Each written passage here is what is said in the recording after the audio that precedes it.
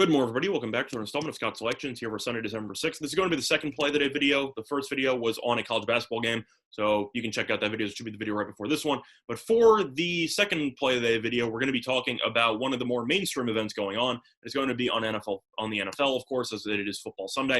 Now, this game will be taking place at 1, so I'm trying to upload this video as quickly as possible, as it's currently 6:58 a.m. Eastern Time at time recording. And for this play, we're going to be looking at a 1 p.m. matchup between Cincinnati and Miami. Yes, of course, the most entertaining game on the board, completely being sarcastic.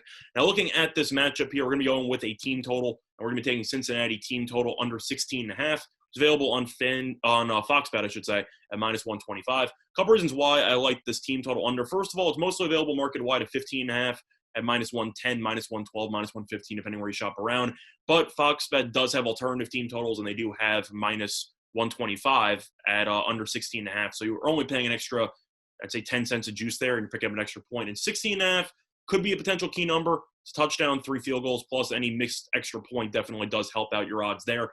But a couple reasons why I like the team total under here for Cincinnati. First of all, Cincinnati scored 17 points last week against New York. However, that's pretty misleading because of the fact that Cincinnati had a garbage time touchdown late in the fourth quarter, and their only touchdown for the first 3 quarters came on a kick return touchdown. This offense did absolutely nothing under quarterback Brandon Allen. They had 155 total yards of offense. They couldn't move the ball against the Giants. Now, I know the Giants have a pretty good defense, but I think Miami's defense is pretty comparable, if not better, and Cincinnati simply couldn't move the ball. It's one thing if you turn it over in the red zone, you're moving the ball, and stuff like that happens.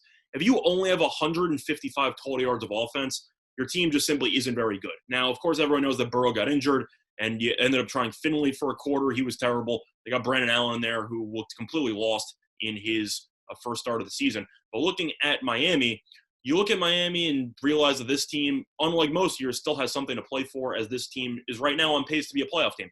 They are in the thick of the wild card race, plus they're only 1 game behind Buffalo for first place in the AFC East. So Miami should be very motivated for this game. They're coming into this game following a great performance defensively against the Jets. I know the Jets are awful, but if you really compare Cincinnati's offense to New York's offense, or at least Cincinnati's offense right now, based on the quarterback play and the fact that with Mixon out, you got Gio Bernard, who is a very, very small running back. They really nobody can run in between the tackles because they don't think Samaje Perine's very good.